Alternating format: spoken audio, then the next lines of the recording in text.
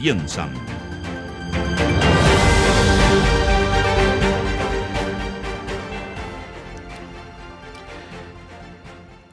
Bueno, hablábamos de lo que está ocurriendo acá, pero hemos venido desde el principio hablando de lo que está ocurriendo allá.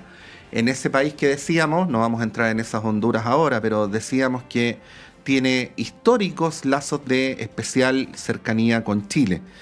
Nos referimos al Ecuador y queremos saludar a esta hora a alguien que tiene un conocimiento muy especial de lo que ocurre allá, que es el académico de la Universidad Mayor y permanente colaborador de esta radio, así que aprovechamos de saludarlo y darle las gracias a Alejandro Olivares. Alejandro, muy buenos días, gracias por poder conversar esta mañana. Hola Patricio, muy buenos días. Gracias a ustedes nuevamente por invitarme a conversar. Sí, para tratar de entender lo que está ocurriendo ahora en una perspectiva más larga, se ha dicho, voy a partir con una idea a fuerza para que tú la desmenuces, la contradigas, la refrendas, Alejandro, como estime, de que la situación de la seguridad pública en Ecuador se ha deteriorado muy rápidamente en los últimos 8 años. Yo parto por preguntarte respecto a esa afirmación que ha sido recurrente en análisis de distinto tipo que hemos visto en las últimas horas. Sí, a ver, eso es creo yo que es una mirada de bastante corto plazo y no entendiendo o no considerando todas las variables que están en la ecuación. Uh-huh. Es como si dijéramos, mire, se va un gobernante o asume otro de otro color político y esto automáticamente gatilla cierto tipo de acciones que tienen como consecuencia que en 8 años después dos bandas de narcotraficantes estén disputándose las cárceles y demás. Pero hay una acción de más largo aliento que efectivamente uno podría decir tiene un punto fuerte de desarrollo a partir de los últimos 8 años, pero es consecuencia de algo que viene desarrollándose desde la década del 70 en Ecuador, con la entrada del narcotráfico. Después, como decía Pablo Medina, ayer también en una entrevista que le hacían a ustedes en la radio, profesor de la Universidad Católica de Ecuador, decía, bueno, desde el 2000 el tema de la dolarización también genera un incentivo para usar Ecuador como un paso, porque es más difícil seguir el flujo del dinero, son dólares, entonces hay una serie de elementos.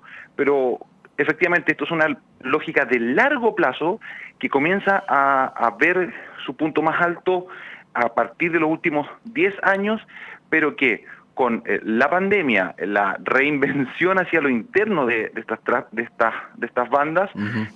Y el control que tienen prácticamente absoluto de las cárceles desde hace mucho tiempo, hace mucho más de 8 años, termina por gatillar, por desatar una situación como la que estamos viviendo ahora. Uh-huh.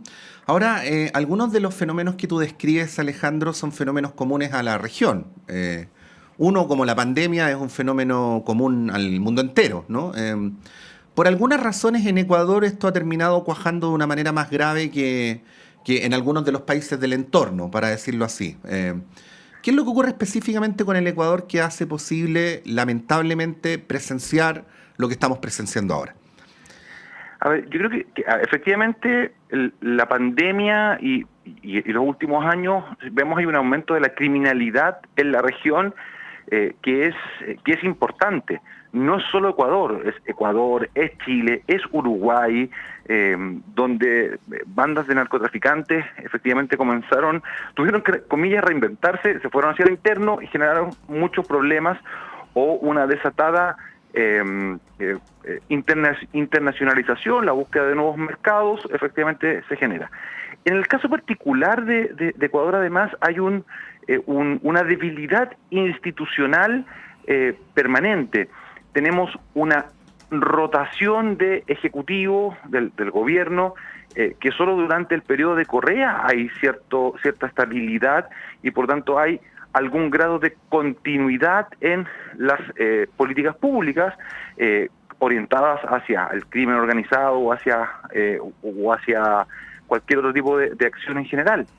Pero también durante el periodo de Correa se suele señalar que es el momento en que las mafias rusas llegan a Ecuador. En el fondo, lo que hay, creo yo, ahí es una debilidad institucional permanente, un Estado incapaz de hacer frente a muchos de los problemas que está viviendo y prefiere mirar para el lado. Progresivamente la costa ecuatoriana fue tomada por bandas organizadas y fue dejada libremente. Prefirió la gestión, prefirió la política, prefirió el sistema político, convivir con eso, tratar de aislarlo, por decirlo de alguna manera, acotarlo a ciertos lugares y tratar de vivir con ello. Pero como claro, una suerte de pacto de no agresión, ¿no? Guardando súper las proporciones, Alejandro. Quiero aquí ser más, quiero ser más elocuente que preciso, ¿no? Una de las cosas que se le achacaban al alcalde Aguilera de San Ramón era que había hecho un pacto de no agresión con el narco, ¿no? Algo así a mayor escala es lo que... Yo tengo la impresión... Sí. Tengo la impresión, Patricio, que efectivamente esa es la figura exacta. O sea, que en el fondo aquí hay un pacto de convivencia, hubo un pacto de convivencia y que tenía de alguna forma acotado el tema a ciertos espacios. Esmeraldas, por ejemplo. Algunos lugares en Guayaquil, pero que impacta con, ya sea por omisión o directamente con organizaciones de narco, finalmente termina muy mal, porque ellos van a avanzar, van a tomar el control, su naturaleza es querer ser ellos los dueños de la coacción física, no el Estado, no otras organizaciones, y por lo tanto eso a la larga termina por avanzar. Y la pandemia, creo yo, junto con el aumento de la criminalidad a nivel mundial, lo que hace es que saca a las bandas de su espacio natural, de su espacio pactado, acordado o tomado, y las lleva al resto del país. O sea, bien decía hace un par de días el analista internacional Gilberto Aranda, también aquí en la radio, de que claro, hace un par de años vivir en Quito era como vivir en Santiago, un lugar muy tranquilo. La sierra en general era un lugar muy tranquilo. Hoy día, esos lugares que eran muy tranquilos están bajo el problema de que los narcos, las diferentes bandas, se instalaron ahí, asesinan en la capital a candidatos presidenciales y están tomando el control y demostrando medidas de fuerza. Esto además acompañado de una muy mala respuesta del Ejecutivo, del gobierno anterior y de este gobierno. Sí, estamos conversando esta hora con el académico Alejandro Olivares. Alejandro, a ver, voy a tratar de decirlo de la manera más rápida posible. El crimen organizado no tiene sede donde busca a los soldados, ¿no? Donde busca a los soldados por lo general da dádivas, al estilo Pablo Escobar, ¿no? Pero los réditos del negocio van a dar a otra parte, que es de donde mismo provienen las órdenes. Por eso la relación entre el territorio y esta organización más general, que podríamos llamar genéricamente el crimen organizado, siempre es una cuestión clave, aunque por lo general se desdeña en el debate político, ¿no? Y te lo pregunto porque, claro, muchas veces donde hay mucha pobreza, mucha miseria, es mucho más fácil capturar, el término se ha instalado, ¿no? Voy a decirlo así como simplificadamente, soldados del narco por lo general provienen de lugares pobres y no de lugares acomodados. Te quería preguntar sobre eso, ¿no? Sobre el tema de las políticas sociales o la falta de políticas sociales, especialmente en las zonas más pobres y el modo en que eso de alguna manera le fue haciendo un espacio creciente a la acción del crimen organizado y el narcotráfico. Claro, lo que ocurre ahí es un fenómeno bien interesante de estudio y que en Chile, en Uruguay, en el mismo Ecuador, varias universidades han ido avanzando en esta línea de investigación, que es lo siguiente. Básicamente, el crimen organizado le disputa al Estado ciertos espacios, ya sea por un pacto de omisión o no, o porque se los gana. El crimen organizado se toma esos espacios y lo que hace es proveer lo que antes debió haber proveído el Estado, lo que debió haber dado el Estado. Una suerte de para estado de bienestar. De para estado de bienestar, exactamente. Un estado paralelo, efectivamente. Entonces, entrega seguridad, entrega protección, pero también entrega dinero, también entrega salud, también entrega narcoeducación o lo que sea. y comienza a tomar fuerza y comienza a ser la única alternativa posible para poder desarrollarse socialmente, económicamente y demás. Y esto es, en el fondo, consecuencia de que el Estado entrega esto o pierde esto. Pierde el control del territorio y no deja muchas más opciones a la gente para vivir que estar en esas nuevas reglas del juego. Y combatir eso es muy difícil, porque en realidad hay que hacer una intervención muy grande de recuperar la estatalidad, de colocar los servicios del Estado, los servicios que necesita la ciudadanía, nuevamente al pie de la gente. Por ejemplo, en Ecuador, la zona de la costa, después del gran terremoto que hubo por ahí por el 2000, no me acuerdo del año 2015, 2016, Sí. el Estado dejó a media la construcción de muchas de las cosas, de las casas, de los edificios que se cayeron en la costa ecuatoriana. ¿Quién asumió el control de eso? ¿Quién fue tomando su territorio? ¿Quién fue reconstruyendo? ¿Quién fue proveyendo servicios? El narco, el crimen organizado. Uh-huh. Entonces ahí se genera esto que podríamos decir, hay un reemplazo. Y ese reemplazo lo único que hace es que efectivamente el narco funcione como un paraestado, como tú bien decías. Sí, Alejandro, ahí aparece la pregunta sobre la importancia del Estado, ¿eh? Y aquí te quiero hacer una... O sea, tengo la pretensión honesta de elevar el debate y no de incurrir en una deriva panfletaria, ¿no? Porque cuando uno ve los roles del Estado en los típicos libros donde uno lee qué hace el Estado, ¿no? Aparece siempre ostentar territorio, ¿no? Controlar territorio. Un Estado siempre tiene un territorio, ¿no? Bueno, para poder ostentarlo y tenerlo, necesitas el poder para poder hacerlo, ¿no? Pero fíjate que estamos en la región en un momento de proyectos políticos muy especiales, como por ejemplo el de Argentina, donde tenemos un presidente que cuando era candidato llegó a decir que cada vecino tenía que hacerse cargo del pavimento y del aseo del pedazo de calle que estaba frente a su propiedad, ¿no? Entonces, insisto, no quiero hacerte una pregunta de carácter panfletario, sino más bien una reflexión respecto entonces a cuál es el Estado que necesitamos para poder enfrentar este tipo de situaciones. Mire, yo creo que lo que nosotros debiésemos asumir como tal es que necesitamos un Estado que asegure el bienestar de sus ciudadanas y ciudadanos. Y el bienestar entendido en el concepto amplio. Da lo mismo si es un Estado pequeñito o un Estado grande o mediano, con una superestructura o una estructura mínima. Pero sí necesitamos que asegure el bienestar de las personas que viven dentro de ese territorio. Y eso significa tener capacidades estatales para que la gente esté bien, que tenga viviendas de calidad, que tenga educación, que tenga los servicios que la gente necesita, limpieza, aseo, ornato, y uno ahí después podría discutir diferentes cosas. Mira, esto lo hace el Estado, lo hace con alianza público-privada, lo hacen los privados, y eso a mí en realidad, te voy a ser bien sincero, es otro tipo de debate.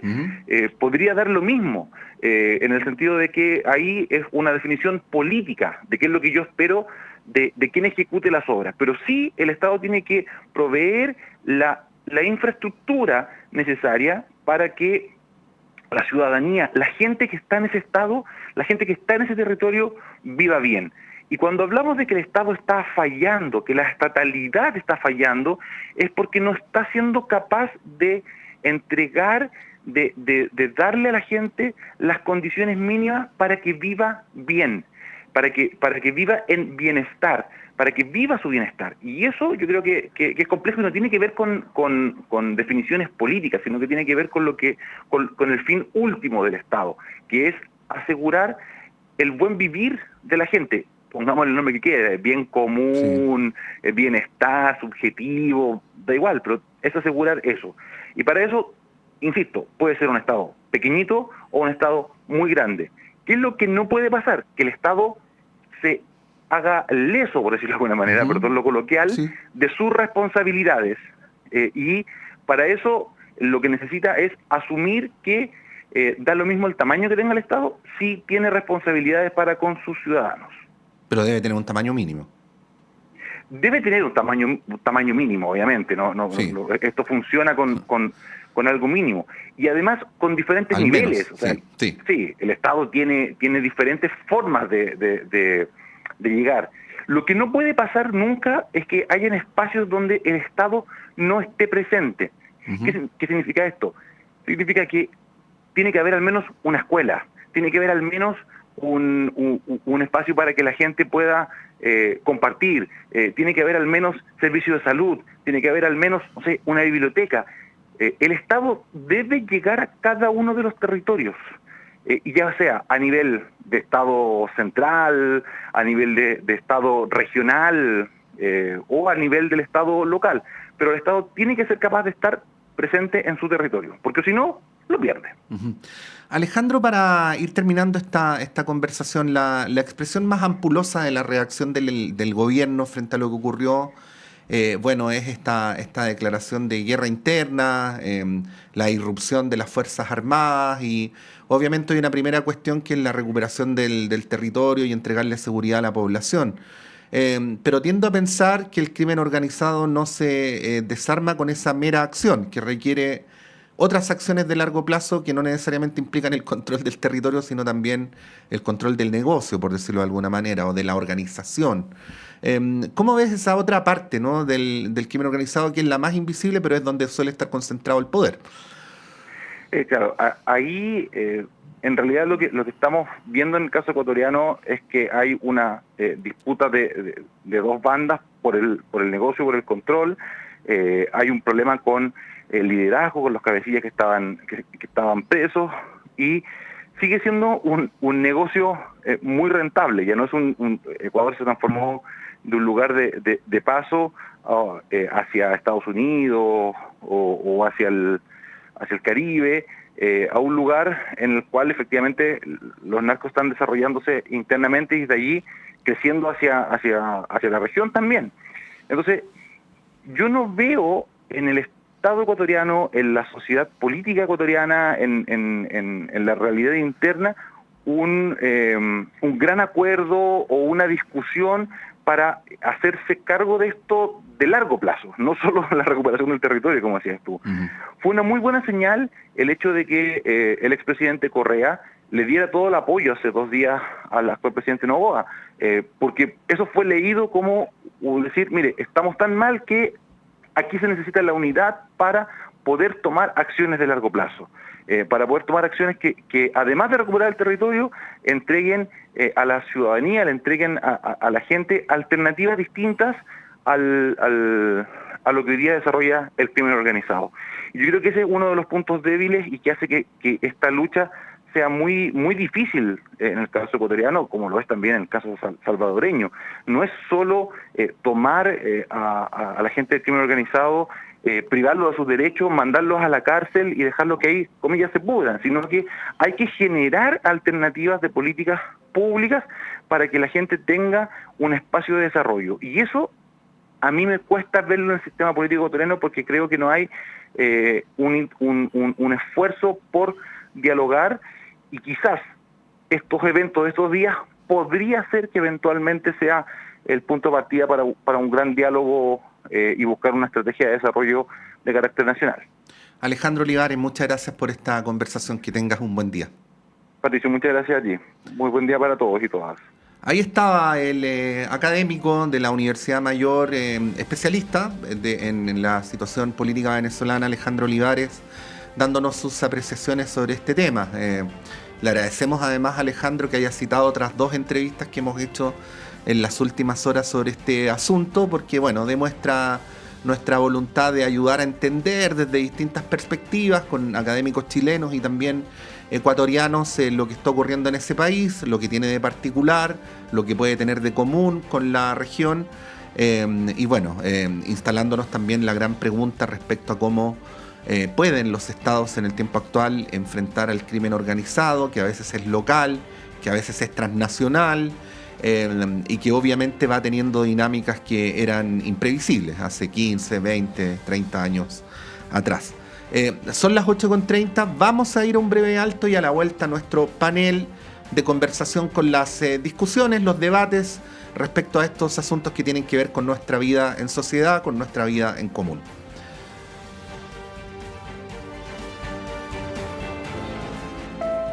Sala Máster de Radio Universidad de Chile los quiere invitar este viernes 19 de enero a las 19:30 horas a la presentación del disco Todas Voces